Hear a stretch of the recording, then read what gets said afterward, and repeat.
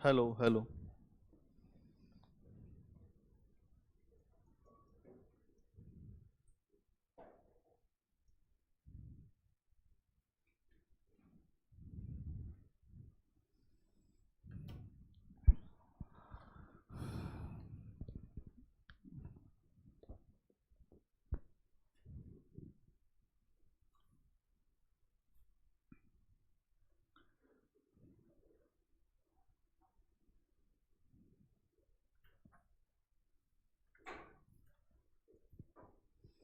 कहाँ तक कल हुआ था? अमीर खुसरो पे आ गए थे।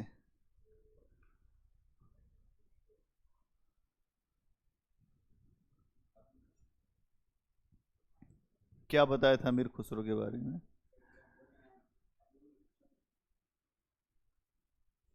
और अगर आप देखेंगे तो जो दिल्ली सल्तनत का समय है वही अमीर खुसरो का समय है।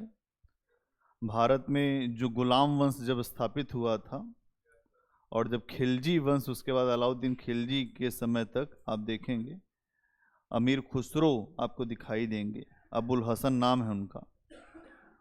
और खुसरो हिंदी, खड़ी बोली, उर्दू के पहले ऐसे कवि माने जाते हैं जिन्होंने हिंदी और उर्दू को अपनी कविताओं का माध्यम बनाया। इसके अलावा मैंने आपको कल बताया था कि इन्होंने ब्रज भाषा में भी मौलिक रूप से कुछ लिखा है। ब्रज भाषा का मतलब ये है जो ब्रज क्षेत्र में बोली जाती है, जो मथुरा, वृंदावन और इधर अलीगढ़ के आसपास जो जो बोली बोली जाती है।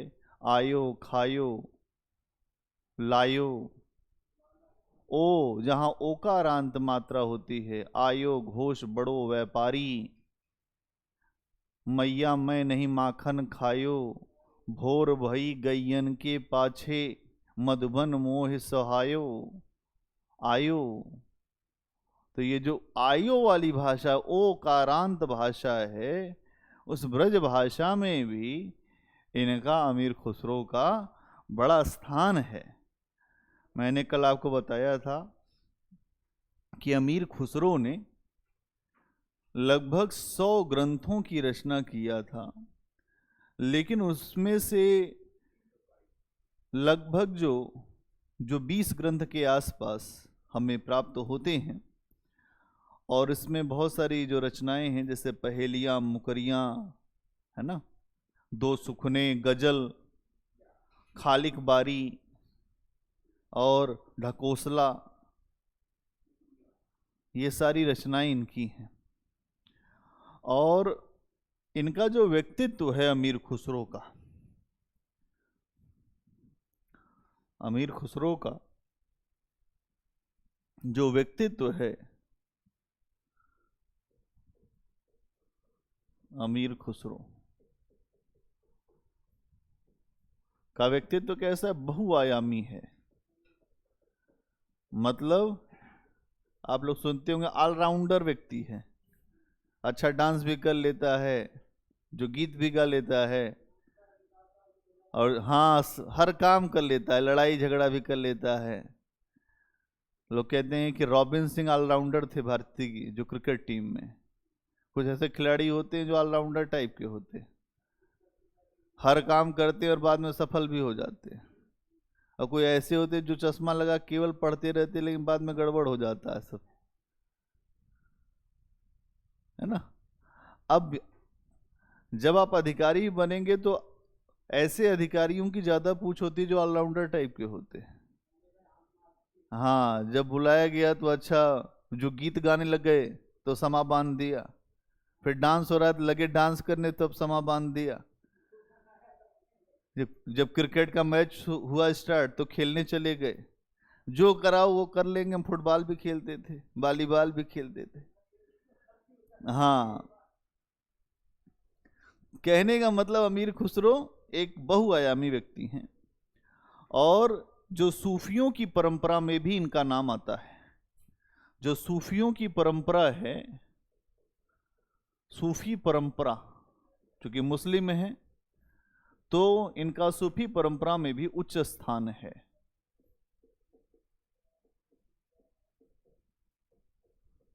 ठीक है। सूफी परंपरा क्या है? आपने खूब गाना सुना होगा, तेरा इश्क सूफियाना। तो सूफियाना मामला क्या है? इश्क हकीकी से इश्क मजीजी तक उतरना। अब इश्क हकीकी क्या है? इश्क,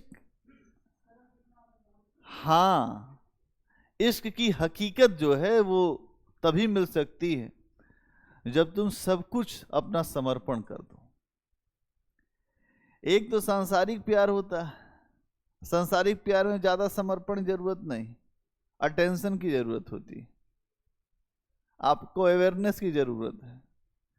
लेकिन जो ऐसा प्यार है या ऐसा इश्क है जहां उस ऊपर वाले से होता है, तो उसमें अटेंशन की जरूरत नहीं होती है, उसमें जैसे हैं वैसे ही रहेंगे।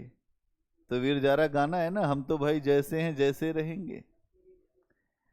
और वो अपने आप ही, जैसे तुम्हारी आदत क्या है, वो गलती करने की, ईश्वर की आदत क्या है, तुम्हारी गलतियों को स्वीकार करने की।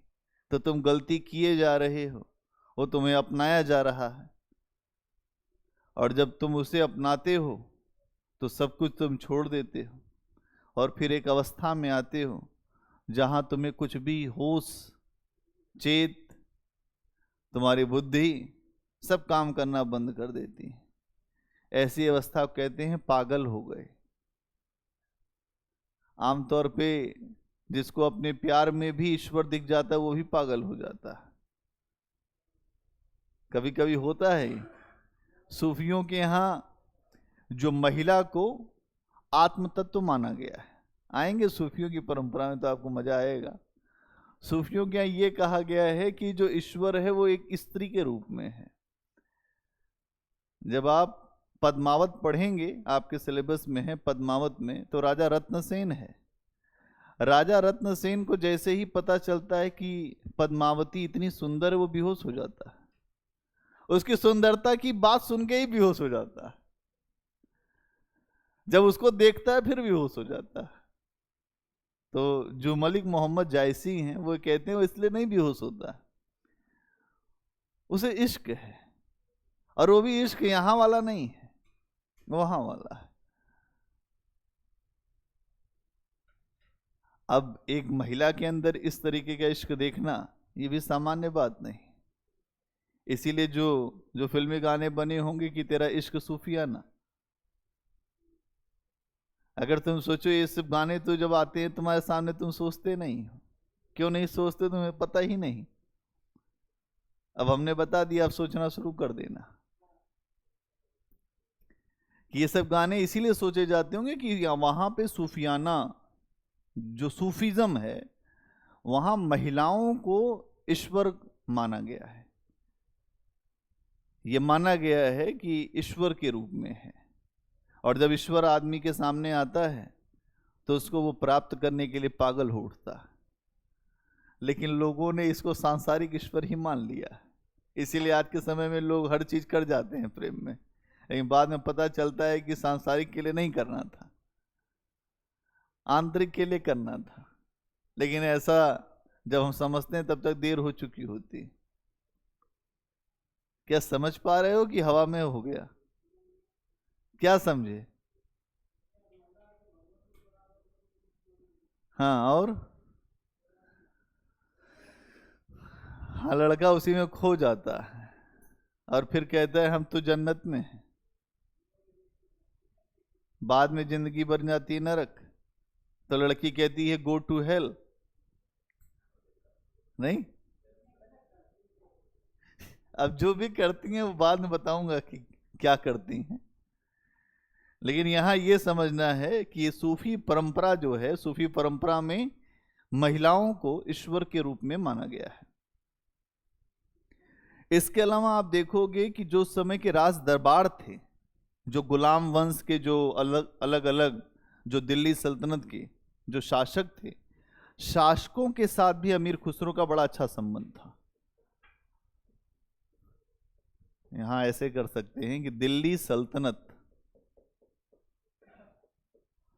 सल्तनत के शासकों के साथ अच्छा संबंध था।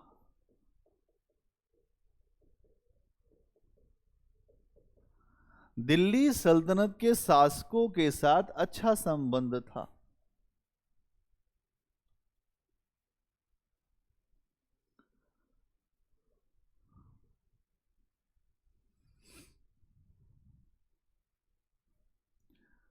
अलाउद्दीन खिलजी के दरबार में आप देखेंगे तो वो राजकवि थे। अलाउद्दीन खिलजी इनको बड़ा पसंद करता था। अलाउद्दीन खिलजी वही जो राजा रत्न सेन की पत्नी के लिए चित्तौड़ तक चढ़ाई किया था, वही अलाउद्दीन।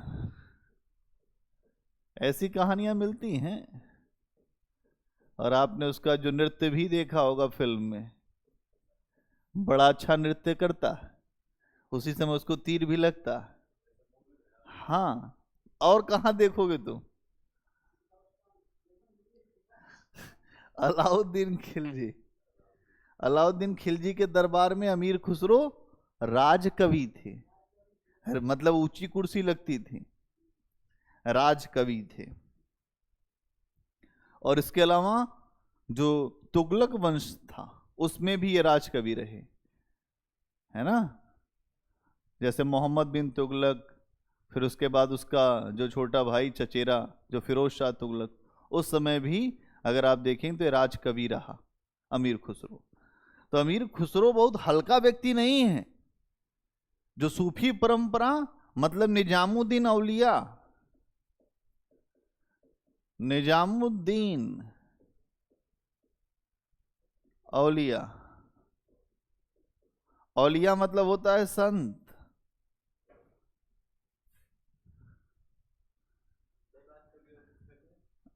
एक तो तुगलक वंश में थे और दिल्ली, इसके अलावा जो खिलजियों के यहां थे। इसके अलावा और क्या क्या इनके अंदर था? ये साहित्यकार, संगीतकार, शब्दकोशकार, इतिहासकार सब थे। औलिया मतलब संत, जिसने कुछ पा लिया हो वही औलिया है। हाँ, औलिया मतलब कुछ हासिल करा नहीं, कुछ प्राप्त करने का। हर व्यक्ति इस दुनिया में प्राप्त ही करना चाहता है, लेकिन कुछ और ही प्राप्त कर जाता है। अरे इनके बहुत अच्छे शिष्य थे ये। अमीर खुसरो शिष्य थे, अमीर खुसरो इनके शिष्य थे भैया, ये बहुत बड़े आदमी थे। निजामुद्दीन औलिया ने बहुत सारे दिल्ली सल्तनत के जो शासक थे उनसे कहा कि हुनूज दिल्ली दूरस्थ, अभी हुनूज दिल्ली दूर है। उसके पहले ही जब वो गए रास्ते में महल गिर गया, मर गए। तो बहुत सिद्ध पुरुष थे निजामुद्दीन औलिया। ठीक है, तो यहां आप देखेंगे कि वो एक तो साहित्यकार भी है, साहित्यकार, संगीतकार, शब्दकोश का जानकार,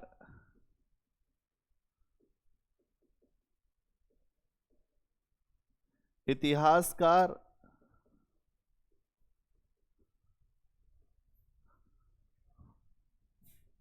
हर चीज है इसके पास।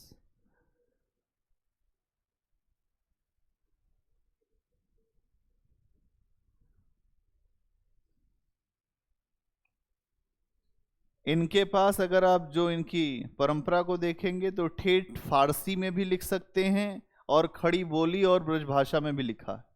मतलब इन्होंने फारसी, ठेठ फारसी मतलब खड़ी फारसी, ठेठ फारसी मतलब लोग कहते हैं ठेठ हिंदी बोल रहे हो क्या? हाँ, ठेठ फारसी में भी लिखा है। इसके अलावा खड़ी बोली, बोली और ब्रजभाषा में भी, ब्रजभाषा में भी प्रामाणिकता के साथ लिखा है। इसका मतलब कि कई भाषाओं के जानकार हैं। इसका मतलब कई भाषाओं के जानकार हैं। इनकी कविताओं में विषयों का हमें वैविध्य दिखता है, विषयों में विविधता दिखती है, अलग अलग विषय पर लिखते हैं। क्या है इनकी कविताओं में? कविताओं में विषयों की विविधता दिखती है, डाइवर्सिटी।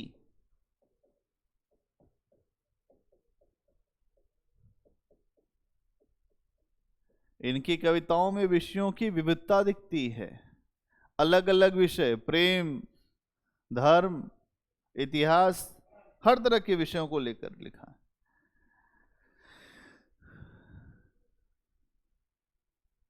इनके यहाँ आपको जो ज्ञान मूलक से लेकर जो सामाजिक समस्याएं हैं उनको मुख्य रूप से दिखाया गया। इनके यहाँ जो कविताएं हैं वो ज्ञान मूलक हैं, जिससे कुछ ज्ञान मिल जाए, और दूसरा अगर हम देखें तो सामाजिक समस्याओं पर भी प्रहार है।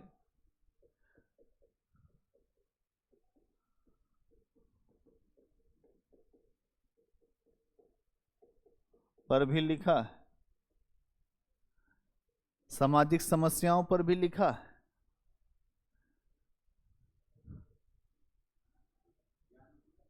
ज्ञान मूलक मतलब कुछ ज्ञान मिले।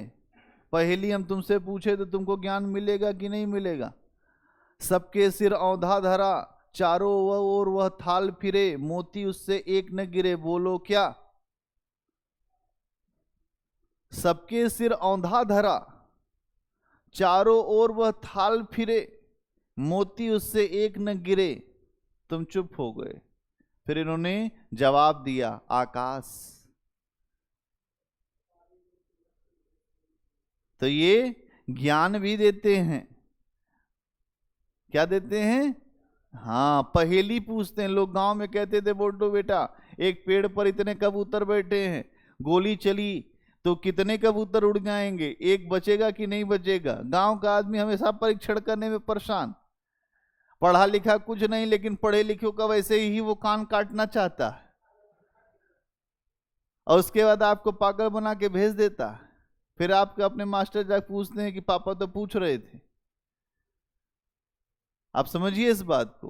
पहेलियां जो हैं वो आपको खूब जो ग्रामीण पृष्ठभूमियों में मिलेगी। इतने आम हैं, इतने आम को इतने बच्चे में बांट दिया गया, कितने आम बचे? हमेशा कंफ्यूजन है बच्चों में, कितने आम को कितने लोगों में बांटा गया। पेट क्वेश्चन, 19 का पहाड़ा बताओ। हाँ, इसके अलावा 13 का पहाड़ा सुनाओ बेटा। अब ये सब पहाड़े इसलिए रखे जाते हैं कि अगर कोई ज्यादा उड़े तो उसको तुरंत नीचे उतार लो। भाई कब तक 13 का पहाड़ा याद रखेंगे आप?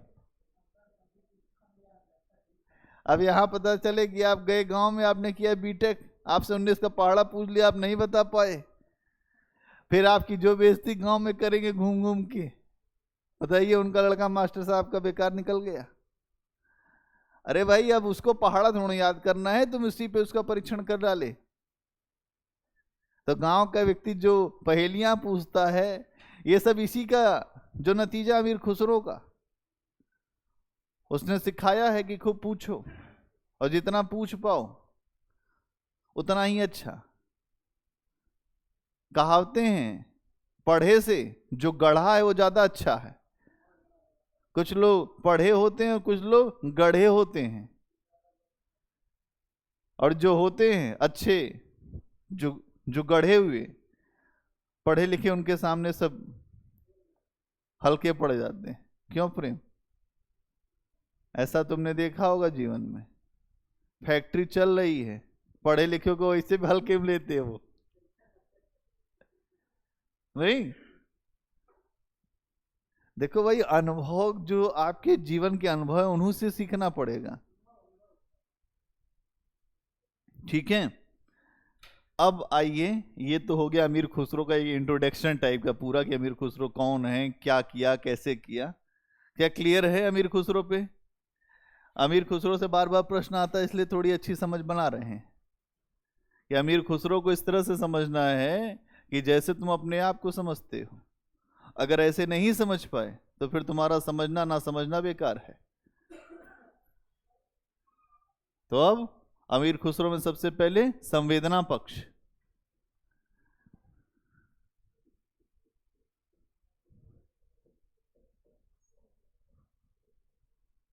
मतलब इनकी संवेदना, इनका मूल विषय क्या है, कैसे लिखते हैं, और इनके यहाँ मूल जो विषय वस्तु किस तरह की दिखती है, इनकी संवेदना का क्या आधार है, और इनकी संवेदना को कैसे देखें।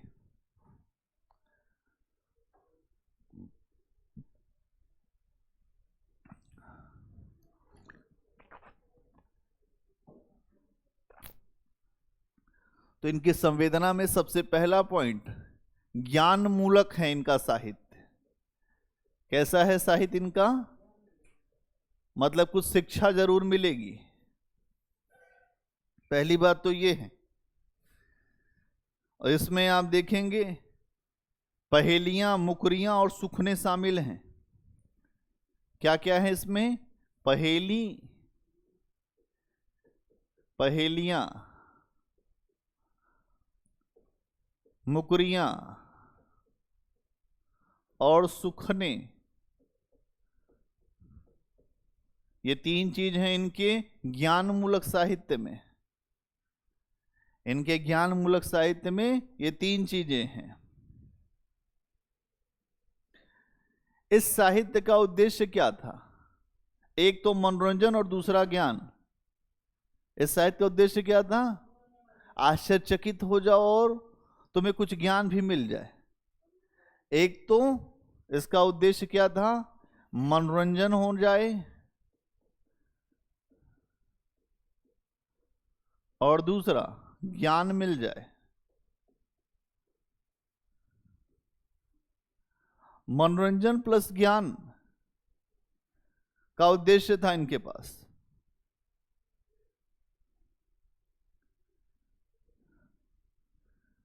देखो, उस समय की एक धारा ये चल रही थी कवियों की कि कुछ लोग बहुत हल्का कह के बड़ा अपने शासक को वो लुभाने का प्रयास कहते थे, कुछ हल्की हल्की बातें, अश्लील बातें।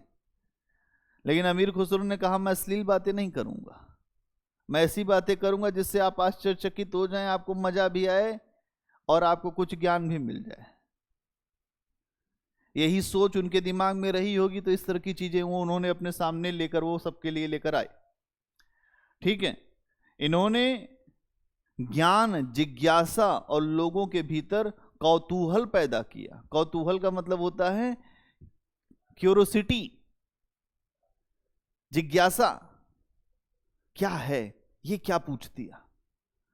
तो इन्होंने अश्लील के जगह, हल्के के जगह और हल्का मनोरंजन के स्थान पर एक ऐसा मनोरंजन करने का प्रयास किया जहां कुछ ज्ञान मिल जाए, जहां कुछ बेहतर चीजें मिले, जहां व्यक्ति कुछ नया सीख सके, जहां उसके अंदर जिज्ञासा आए, जहां उसे कुछ ज्ञान मिले, जहां उसे कुछ मनोरंजन भी मिल जाए।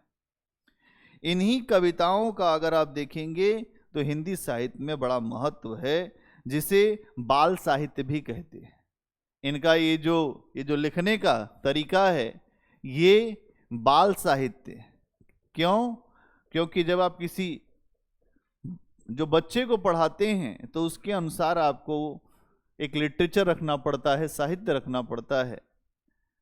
तो इनके साहित्य को आरंभिक स्तर पे अगर आप देखेंगे तो वहां पर सीखने की बहुत सारी चीजें हमें मिलती हैं।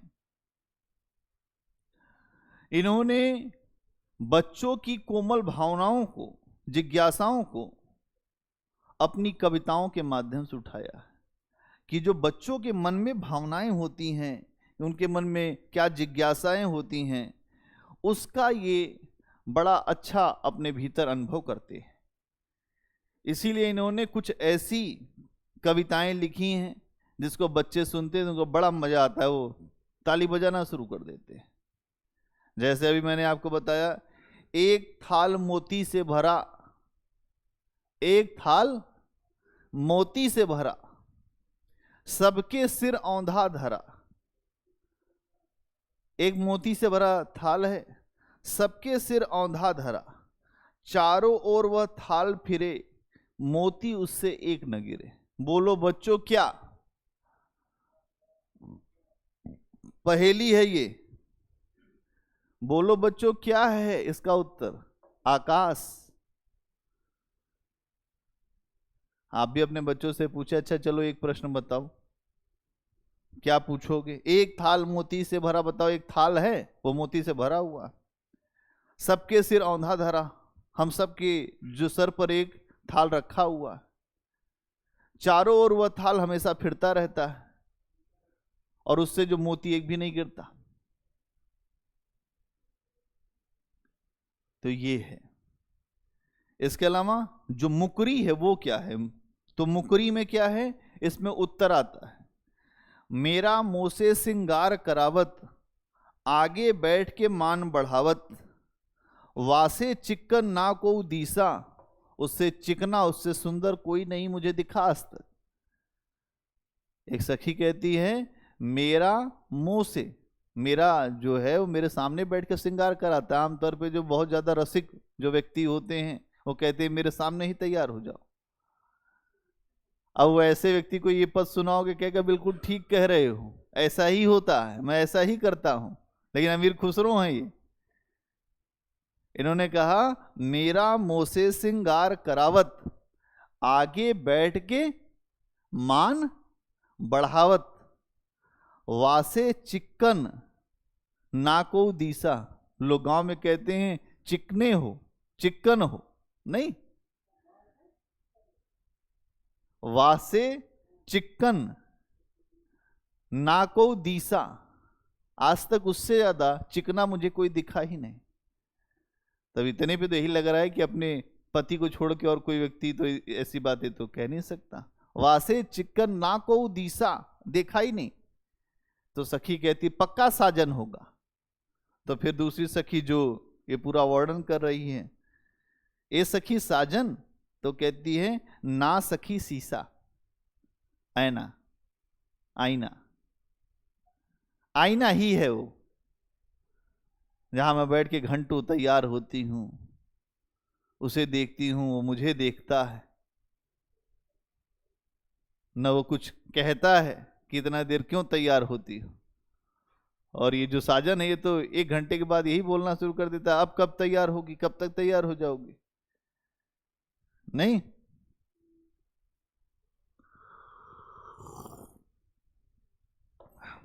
और दो सुखने का उदाहरण क्या है? जो सुखने का, पान क्यों सड़ा, उदाहरण क्या है?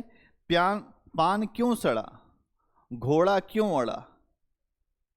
पान क्यों सड़ गया,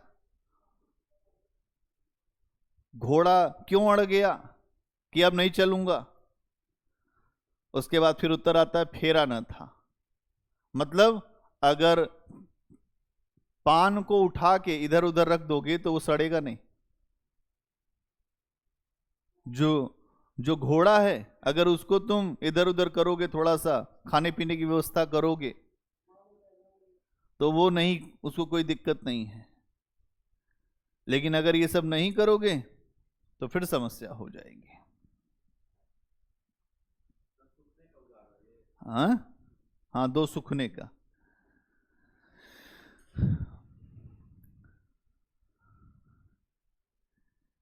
इसके अलावा और क्या दिखता है अमीर खुसरो के यहां? इसको ऑन करो प्रेम।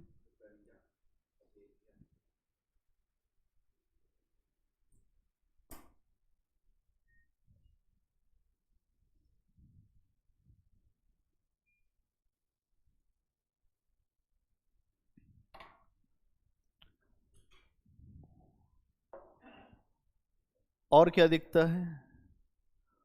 खुसरो की रचना में भावना बहुत तगड़ी दिखती है। कैसी? भावना बहुत है अंदर, भाव ही भाव भरा हुआ है, और ये भाव सूफियाना है। और सूफियाना भाव प्रेम से जो परिपूरित होता है। और सूफियों की भाषा को एक विशेष भाषा बोला जाता है। जो सूफियों की भाषा है उसे एक विशेष भाषा बोला जाता है, जिसको कहते हैं तसव्वुफ। उफ, तसव्वुफ, ये क्या है? सूफियों की भाषा है। तसव्वुफ,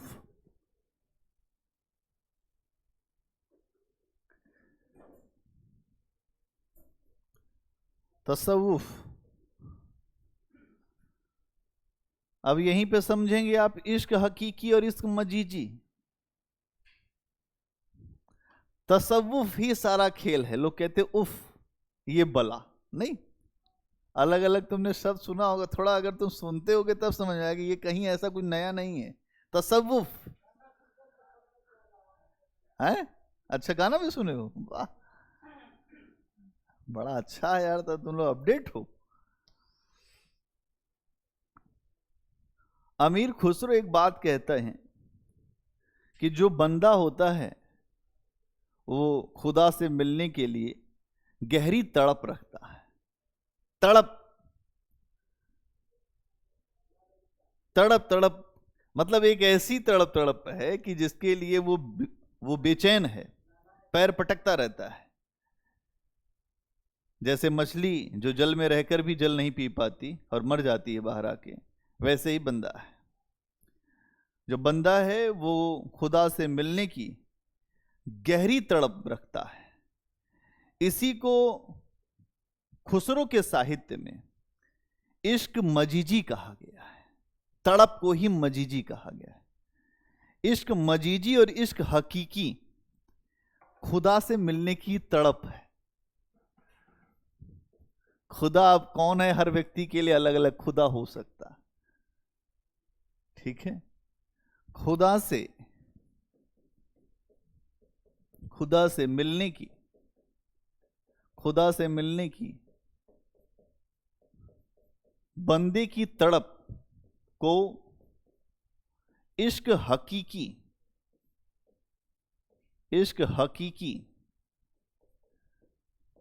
और इश्क मजीजी, इश्क हकीकी और इश्क मजीजी कहा गया है। क्या कहा गया है?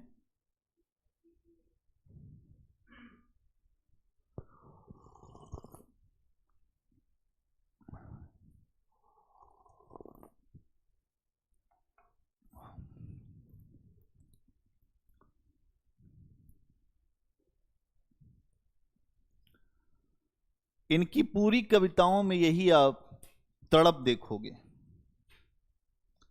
ये जो तड़प है कि आप सुनते हो कि खुसरो दरिया प्रेम का, ये सब इसीलिए है। यहां नायिका जो है वो नायिका नहीं है, खुदा है। तू मेरी खुदा है।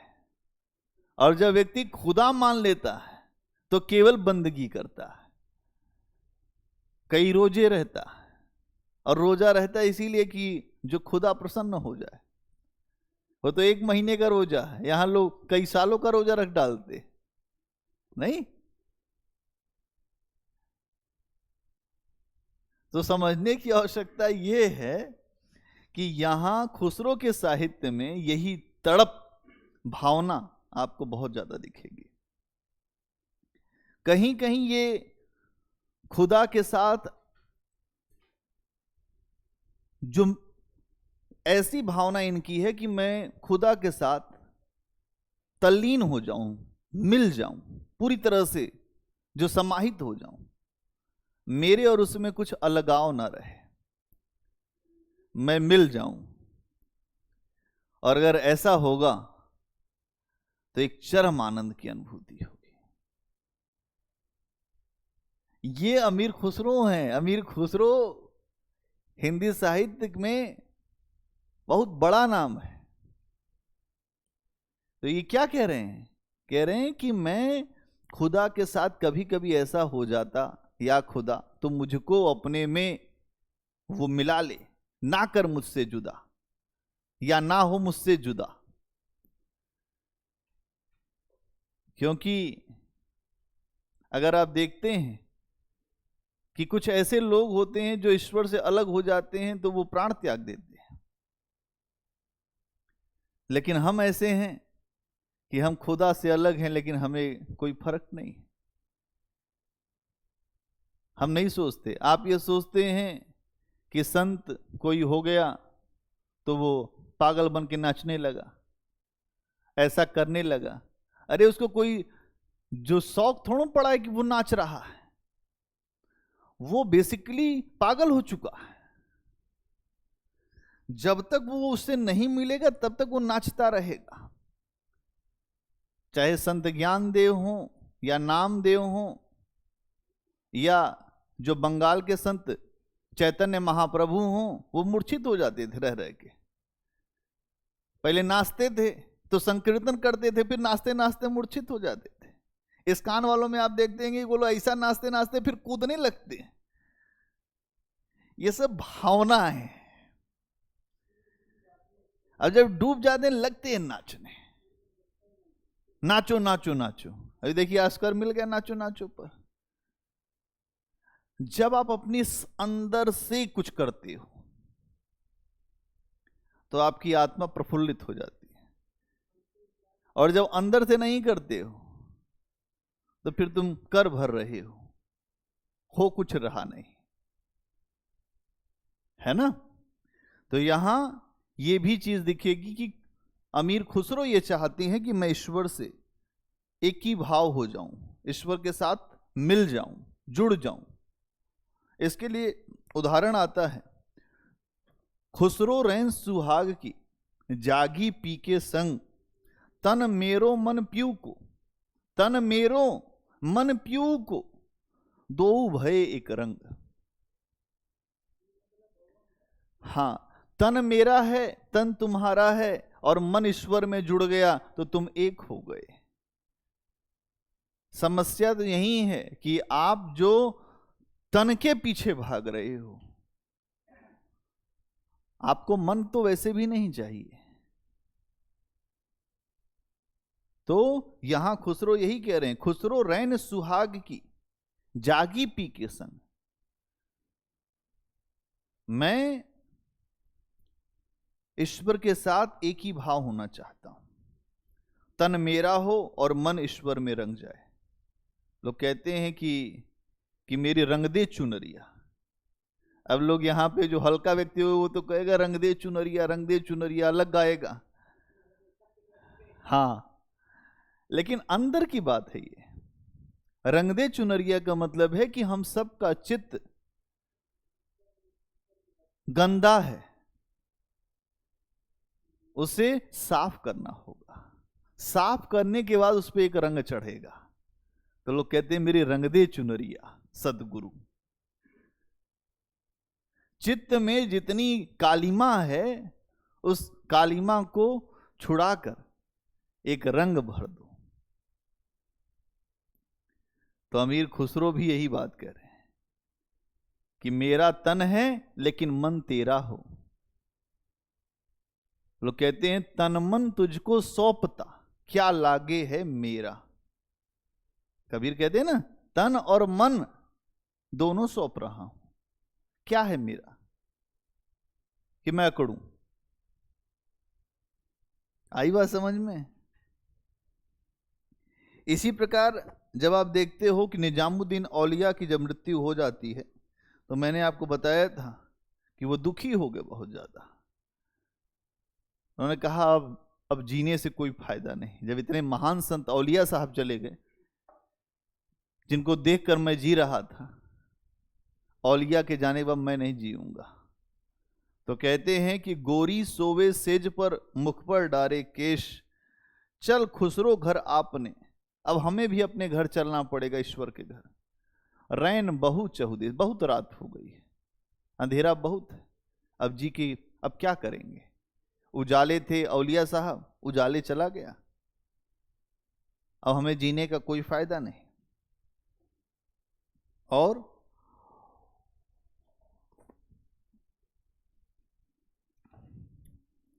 अमीर खुसरो प्रेम के मार्ग पर बहुत ज्यादा बल देते हैं, प्रेम को बहुत ज्यादा महत्व देते हैं कि प्रेम सबसे बड़ा महत्वपूर्ण कारक है हमारे जीवन में। प्रेम से बढ़कर कुछ भी नहीं है। और आप देखेंगे कि जब ये भारत में जब हैं तो यहाँ हिंदू और मुसलमान एक साथ मिलकर रह रहे हैं, और एक हिंदू मुस्लिम संस्कृति, जिसको अगर आप कहें गंगा जमनी संस्कृति का विकास हो रहा था। गंगा जमनी संस्कृति मतलब जो गंगा नदी हिंदुओं के लिए पवित्र है, वैसे ही यमुना को जो मुसलमान अपना मानते हैं कि नहीं, उस पे अपना कुछ उनका जो वजू करते हैं, है ना। तो भारत में जो गंगा यमुनी संस्कृति का विकास अमीर खुसरो के समय हुआ था, क्योंकि यहाँ वो दिल्ली सल्तनत की स्थापना हुई थी। और उसके बाद आप देखते हैं कि ये इतना असर है इनके ऊपर कि हर चीज ये मिश्रण करते हैं। इन्होंने ये कहा कि हम सबको, चाहे हिंदू हो या मुसलमान हो, हमको एक दूसरे से मेलजोल बढ़ाना चाहिए, अविश्वास अपरिचय को दूर करना चाहिए, और सबसे बड़ा महत्व हमको प्रेम को देना चाहिए। कि आपस में सबसे बड़ा धागा जो हमें जोड़ सकता है वो प्रेम का धागा है। आगे चल के जो मलिक मोहम्मद जायसी, जिनके बारे में अभी मैंने चर्चा किया, पद्मावत में आपको ये सारी चीजें और ज्यादा दिखेंगी। और इनकी कविताएं इस बात को समझाती हैं कि प्रेम ही सबसे ज्यादा महत्वपूर्ण है, प्रेम से बढ़कर कुछ नहीं। जैसे कबीरदास भी यही कहते हैं कि ढाई आखर प्रेम का पढ़े सो पंडित हुए, वैसे ही अमीर खुसरो भी कहते हैं कि प्रेम से बढ़कर कोई चीज है नहीं हमारे पास, और अगर हमने प्रेम को प्राप्त कर लिया तो सब कुछ हमारे पास आ जाएगा। और कहते हैं कि अगर प्रेम मिलता हो, वास्तविक प्रेम कहीं मिल रहा हो, तो अपने जीवन को जोखिम में डालने में कोई समस्या नहीं है। हम अपने जीवन को भी दांव पर लगा सकते हैं।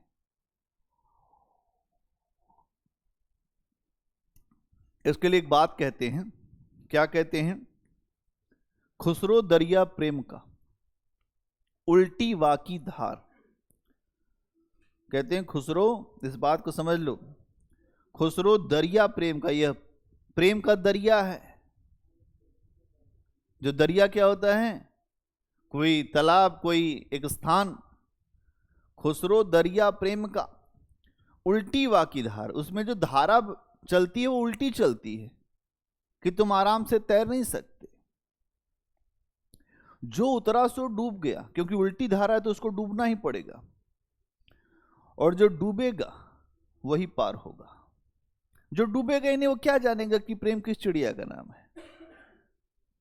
इस बात को समझाते हैं। इसके अलावा समाज के प्रति एक अच्छी सोच भी रखते हैं, और धार्मिक आडंबरों पर ये प्रहार करते हैं। इनके यहां पाखंडी जो लोग हैं, जो साधु हैं, अपने आप को संत कहते हैं, उनके बारे में भी ये लिखते हैं। कहते हैं उज्जल बरन अधीन तन, एक चित्त दो ध्यान। उज्जल बरन, रंग जो है बहुत उजला है। कैसा है रंग? उजला। अधीन तन, लेकिन वह तन के अधीन है। जो उनका शरीर कहता है वही वो करते हैं, अपने मन के अधीन नहीं है। उज्जल बरन अधीन तन, एक चित्त दो ध्यान। चित्त एक है लेकिन ध्यान उनके पास दो चल रहे हैं। देखत में तो साधु हैं, निपट पाप की खान। देखत में तो साधु हैं, निपट पाप की खान। अभी लिखवाऊंगा अभी कि वो देखने में साधु के समान लगते हैं, लेकिन अंदर से पाप की खान है। अवसर मिले तो फिर कुछ भी कर सकते हैं। ठीक है।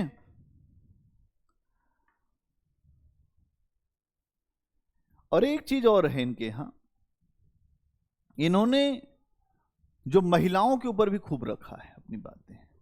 कहा कि हमारे समाज में जो महिलाओं की स्थिति वो बड़ी दयनीय है, बड़ी चिंताजनक है, और केवल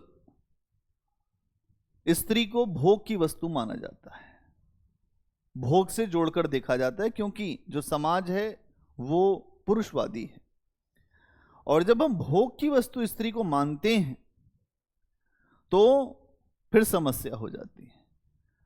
अमीर खुसरो ने यह भी कहा कि चाहे वो जो सिद्ध साहित्य हो तो वहां पे स्त्री को भोग की वस्तु माना गया, फिर नाथों ने उनको त्याग दिया कि कहा वो तो जो नरक का रास्ता है उनसे अलग होना चाहिए। लेकिन किसी भी साहित्य में स्त्री को लेकर वेदना नहीं दिखाई देती है कि एक स्त्री के जीवन में कितनी समस्या है, किसी को नहीं दिखाई दिया।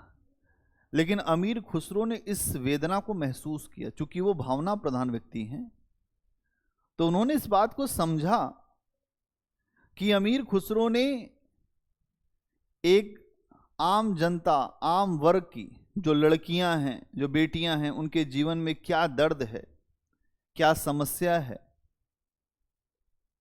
उसको स्पष्ट करने का प्रयास किया है। और उन्होंने ये भी कहा है कि यह जो लैंगिक आधार पर भेदभाव है पुरुष और महिला के बीच में, उसमें क्या मर्म है, उसमें क्या दुख है, उसका मूल विषय क्या है।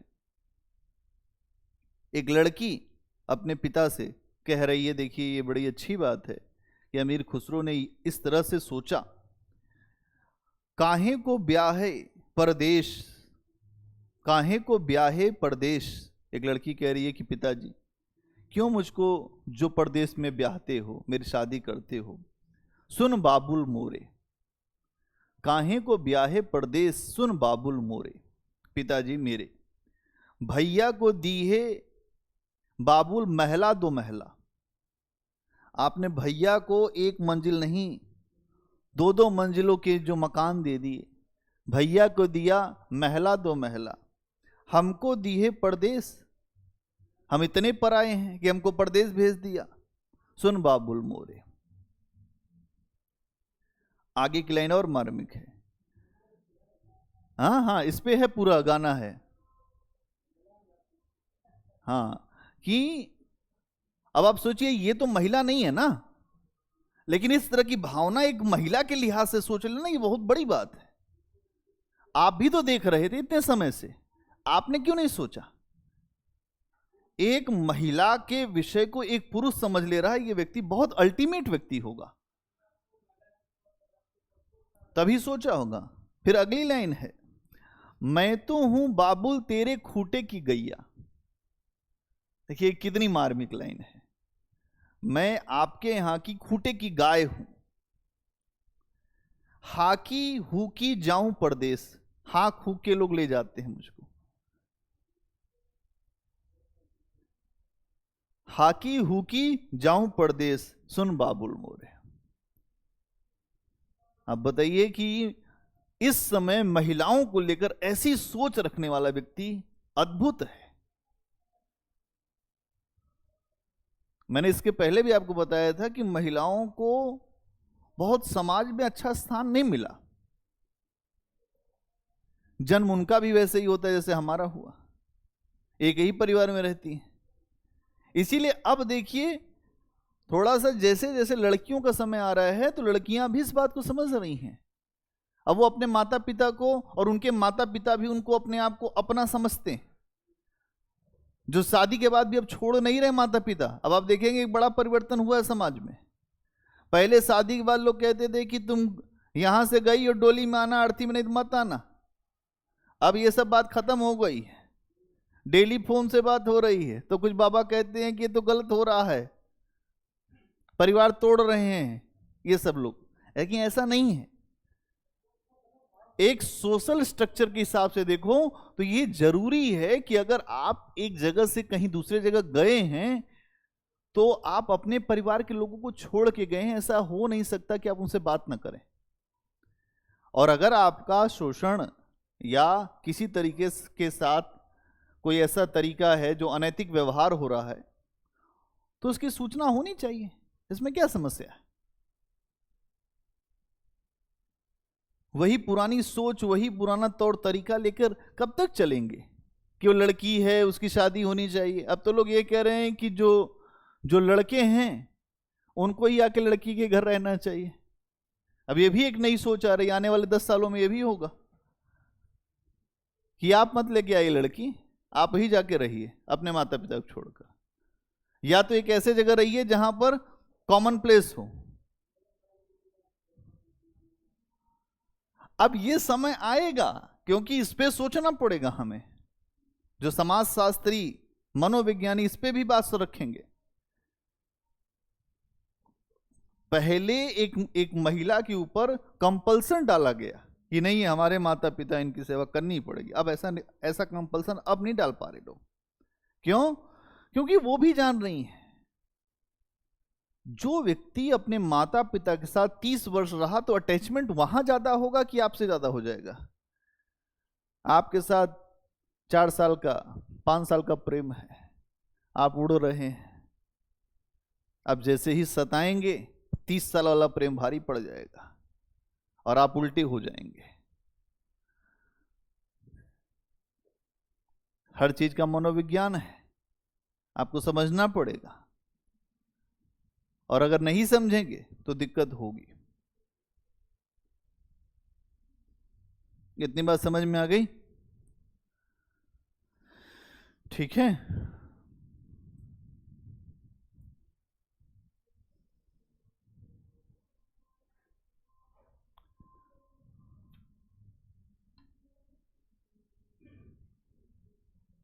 तो संवेदना पक्ष में थोड़ा लिखो।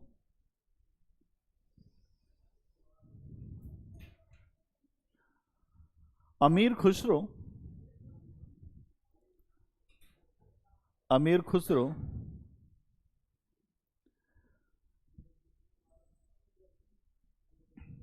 अपने ज्ञान मूलक साहित्य के लिए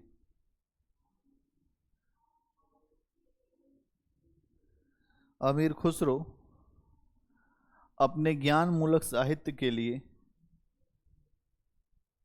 प्रसिद्ध हैं, जिसमें पहेलियां मुकरियां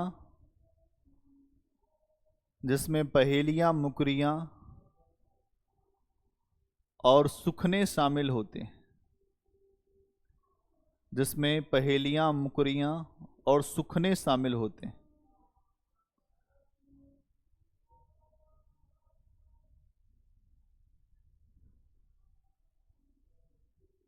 अगला पॉइंट, इनके द्वारा दरबार में रहकर हल्के और अश्लील मनोरंजन नहीं किए गए। इनके द्वारा दरबार में रहकर हल्के और अश्लील मनोरंजन नहीं किए गए। हल्के और अश्लील मनोरंजन नहीं किए गए, अपितु ज्ञान जिज्ञासा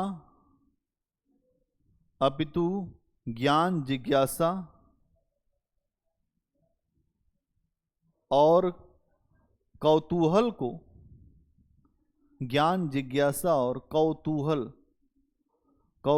को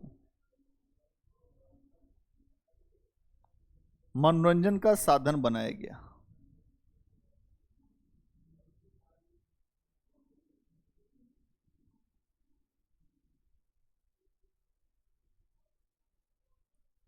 अगला पॉइंट, इनकी कविताओं का एक विशेष महत्व इस रूप में भी देखा जा सकता है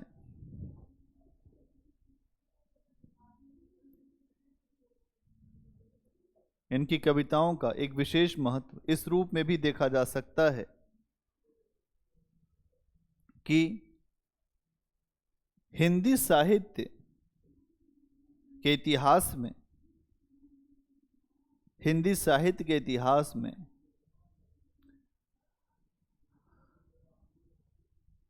पहला ऐसा उदाहरण मिलता है जिसे हम हिंदी साहित्य के इतिहास में जिसे हम बाल साहित्य मान सकते हैं।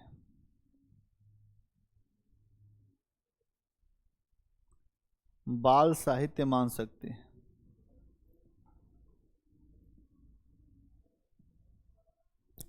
उदाहरण लिखिए, एक थाल मोती से भरा, एक थाल मोती से भरा, एक थाल मोती से भरा, सबके सिर औंधा धरा, चारों ओर वह थाल फिरे, मोती उससे एक न गिरे। मोती उससे एक न गिरे। मोती उससे एक न गिरे। चारों तरफ वह थाल फिरे, चारों तरफ वह थाल फिरे, चारों तरफ, चारों तरफ वह थाल फिरे, थाल फिरे, मोती उससे एक न गिरे। ये हो गया पहेली। अगला उदाहरण बनाओ। ये क्या है? पहेली। क्या है ये? पजल। इसके बाद क्या आता है? मुकरी। क्या है ये? तो इसमें देखिए, मेरा मोसे सिंगार करावत, आगे बैठ के, आगे बैठ, आगे बैठ, आगे बैठ के मान बढ़ावत, आगे बैठ के मान बढ़ावत, आगे बैठ के मान बढ़ावत। आगे वासे चिक्कन, वासे चिक्कन, वासे चिक्कन ना कोऊ दीसा, ए सखी साजन, ए सखी साजन ना सखी सीसा।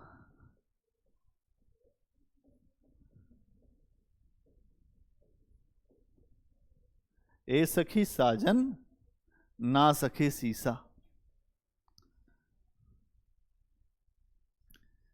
ये तो हो गया मुकरी। ये क्या है?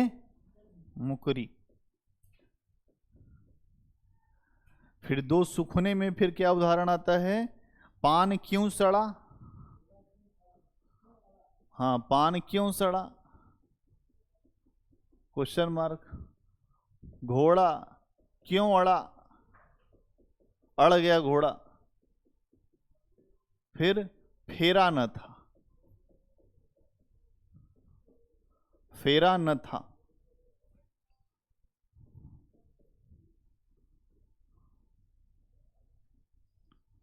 फेरा न था।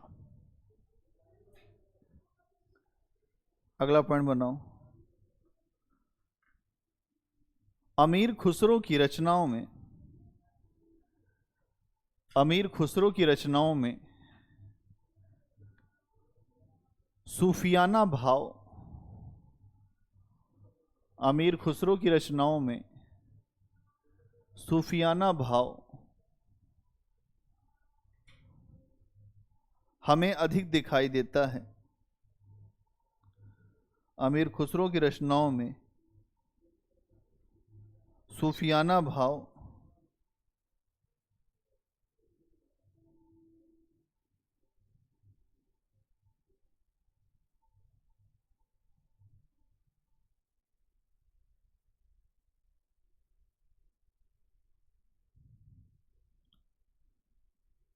अमीर खुसरो की रचनाओं में सूफियाना भाव ज्यादा प्रबल दिखाई देता है, ज्यादा प्रबल दिखाई देता है। इसका अर्थ है खुदा से मिलने की गहरी तड़प। इसका अर्थ है खुदा से मिलने की गहरी तड़प।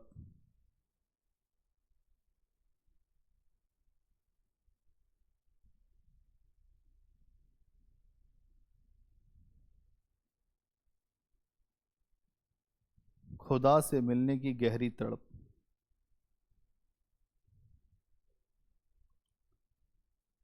खुसरो के साहित्य में, इसी में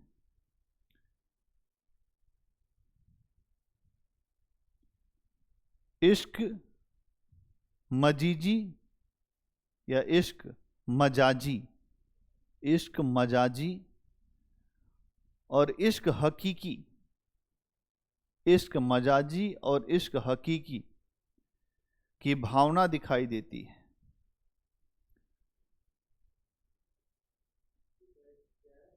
इश्क, इश्क मजाजी और इश्क हकीकी।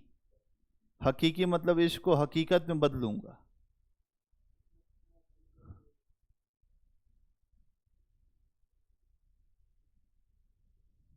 उदाहरण के लिए खुसरो रैन सुहाग की, खुसरो रैन सुहाग की, खुसरो रैन सुहाग की जागी पी के संग, जागी पी के संग, खुसरो रैन सुहाग की जागी पी के संग, तन मेरो मन पीऊ को, तन मेरो मन पीऊ को, तन मेरो मन पीऊ को, पीऊ को दो भय एक रंग, दो भय एक रंग, तन मेरो मन पीऊ को, पीऊ मतलब प्रेमी, दो भय एक रंग। हाँ, दोनों एक ही रंग में रंग है।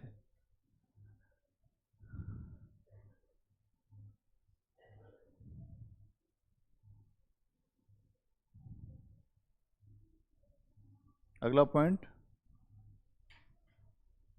अमीर खुसरो ने प्रेम मार्ग पर अत्यधिक बल दिया है। अमीर खुसरो ने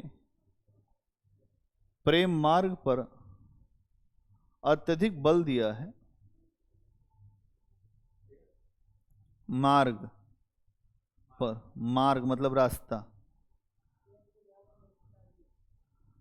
अमीर खुसरो ने प्रेम मार्ग पर अत्यधिक बल दिया है। ये जब लिख रहे थे तो हिंदू और मुस्लिम, ये जब लिख रहे थे तो हिंदू और मुस्लिम संस्कृति के आपसी संबंध, हिंदू और मुस्लिम संस्कृति के आपसी संबंध काफी जटिल थे, आपसी संबंध काफी जटिल थे।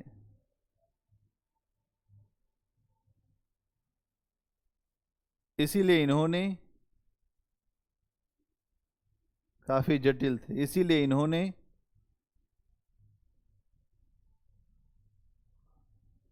प्रेम की भावना को, इसीलिए इन्होंने प्रेम की भावना को सबसे ज्यादा महत्व दिया है। इसीलिए इन्होंने प्रेम की भावना को सबसे ज्यादा महत्व दिया है। आगे चलकर यही भावना, आगे चलकर यही भावना मलिक मोहम्मद जायसी में, आगे चलकर यही भावना मलिक मोहम्मद जायसी में हमें और बेहतर रूप में दिखाई देती है।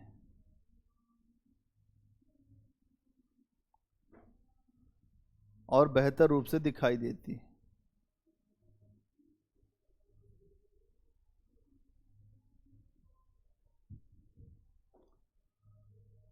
खुसरो के साहित्य,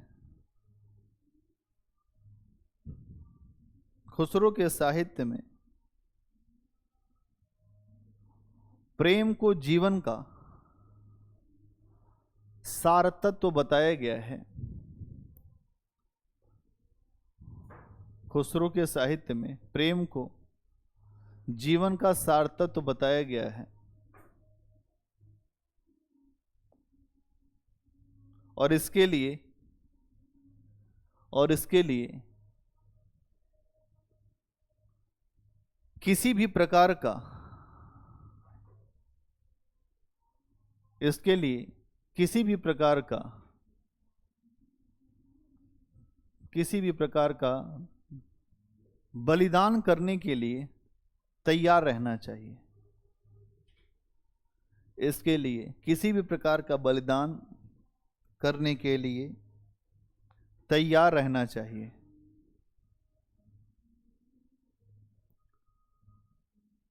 उदाहरण लिखो। खुसरो दरिया प्रेम का,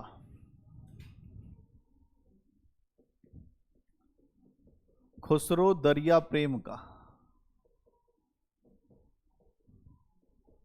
उल्टी वाकी धार,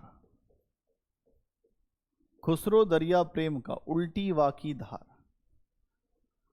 खुसरो दरिया प्रेम का उल्टी वाकी धार, जो उतरा सो डूब गया, जो उतरा सो डूब गया, जो डूबा सो पार।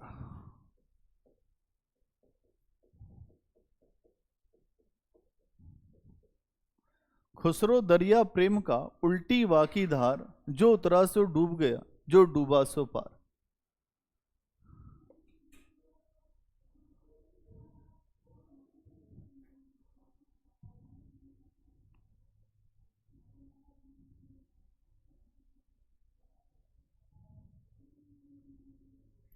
अगला पॉइंट, अमीर खुसरो अपने समाज के प्रति भी, अमीर खुसरो अपने समाज के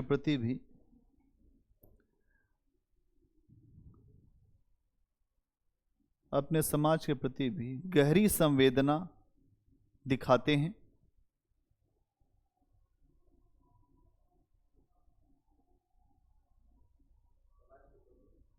समाज के प्रति गहरी संवेदना दिखाते हैं।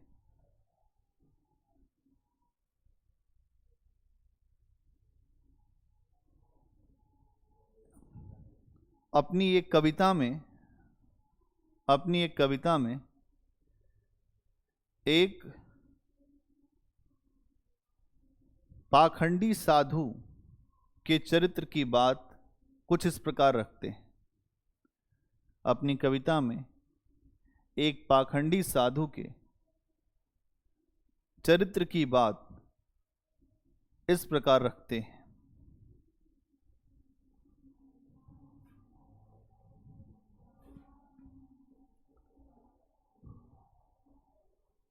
उज्जल बरन अधीन तन,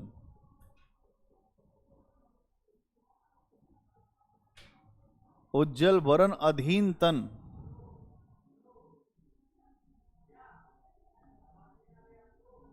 उज्जल बरन अधीन तन, एक चित्त दो ध्यान,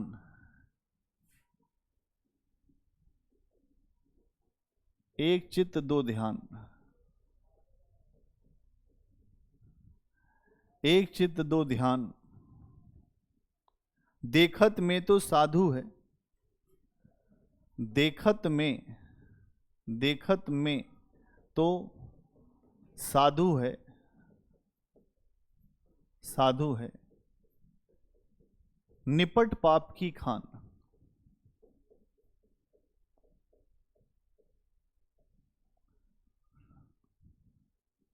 निपट पाप की खान, देखत में तो साधु है, निपट पाप की खान।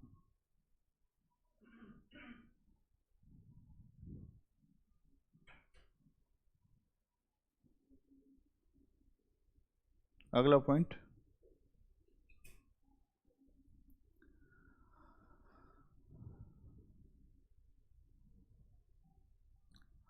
आदिकाल के साहित्य में, आदिकाल के साहित्य में, अगला पॉइंट बनाओ, आदिकाल के साहित्य में महिलाओं की स्थिति काफी चिंताजनक दिखाई देती है।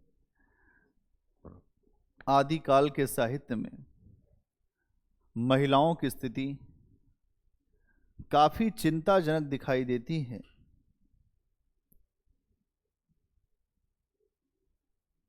जहां सिद्ध कवियों और रासो कवियों ने, जहां सिद्ध कवियों और रासो कवियों ने महिला को भोग की वस्तु माना है, जहां सिद्ध कवियों और रासो कवियों ने महिला को भोग की वस्तु माना है, वहीं नाथ और जैन भोग की वस्तु माना है, वहीं नाथ और जैन उसे नरक का रास्ता बताते हैं।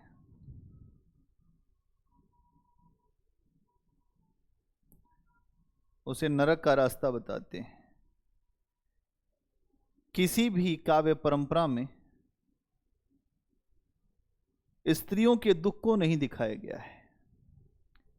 किसी भी काव्य परंपरा में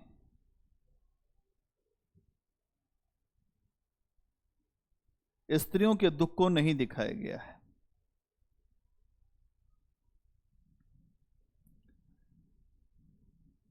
कि दुख को नहीं दिखाया गया है, कि दुख को नहीं दिखाया गया है। किंतु अमीर खुसरो ने साधारण घर के बेटी को अपनी आवाज दी है। किंतु अमीर खुसरो ने साधारण घर के बेटी को अपनी आवाज दी है।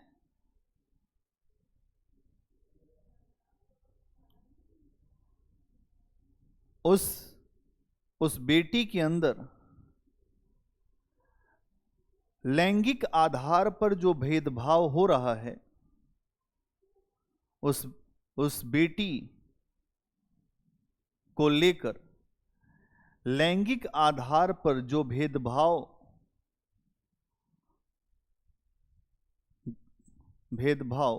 परिवार में हो रहा है, उसे अत्यंत मार्मिक ढंग से अमीर खुसरो ने सामने रखा है। अमीर खुसरो ने सामने रखा है। काहे को बियाहे परदेस, काहे को बियाहे परदेस, सुन बाबुल मोरे।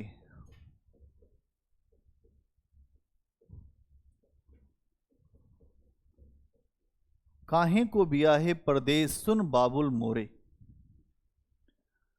भैया को दी है बाबुल महला दो महला। भैया को दी है बाबुल महला दो महला।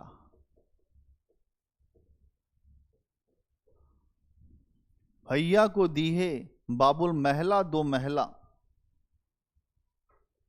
महला दो महला। हमको दीहे परदेस, हमको हमको दीहे परदेस, हमको दीहे परदेस, सुन बाबुल मोरे, सुन बाबुल मोरे।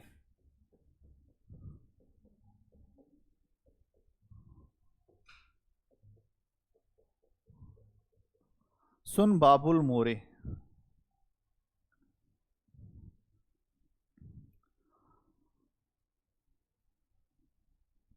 आगे है, मैं तो बाबुल तेरे खूंटे की गैया,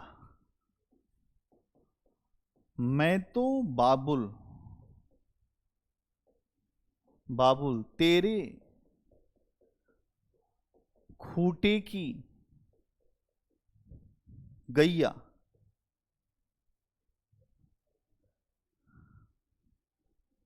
मैं तो बाबुल तेरे खूंटे की गैया, इसको ऐसे लिख दो, गैया, गैया, मैं तो बाबुल तेरे खूंटे की गैया, हा की, हा की, हु की, हा की हु की, हा की हु की, जाऊं परदेस, जाऊं परदेस, सुन बाबुल मोरे।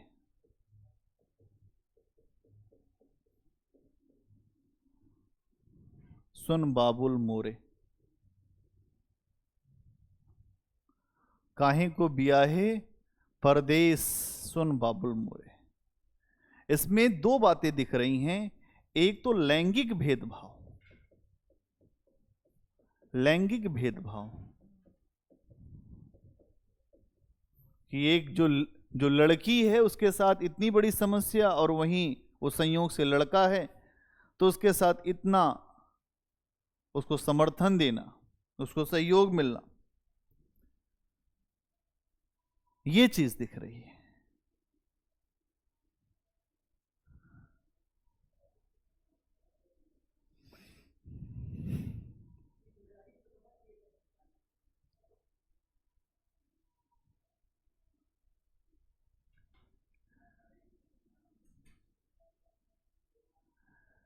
ठीक है, चलो आज के लिए इतना ही।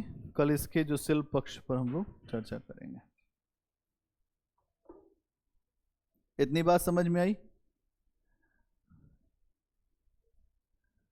तो यहां पर हमें इस तरीके से चलना है कि आपने ये देखा यहां पर कि कैसे अमीर खुसरो के अंदर अलग अलग जो विषयों का वैविध्य है, किस तरीके से उन्होंने अलग अलग विषयों को अपने साहित्य में स्थान दिया, आवाज़ दी, चाहे वो एक महिला का जो दुख दर्द हो, चाहे वो आडंबर वाले किसी जो संत का रूप हो, या वो प्रेम का एक जो सहज रूप हो उस पर, चाहे वो बाल साहित्य बच्चों के लिए कुछ नया जो देने का भाव हो, कुछ न कुछ नया करने का इनके मन में एक उद्देश्य था, और इसी तरीके से इन्होंने अपनी बातों को रखा भी है। ठीक है, तो आज के लिए यहीं पे रुक जाते हैं।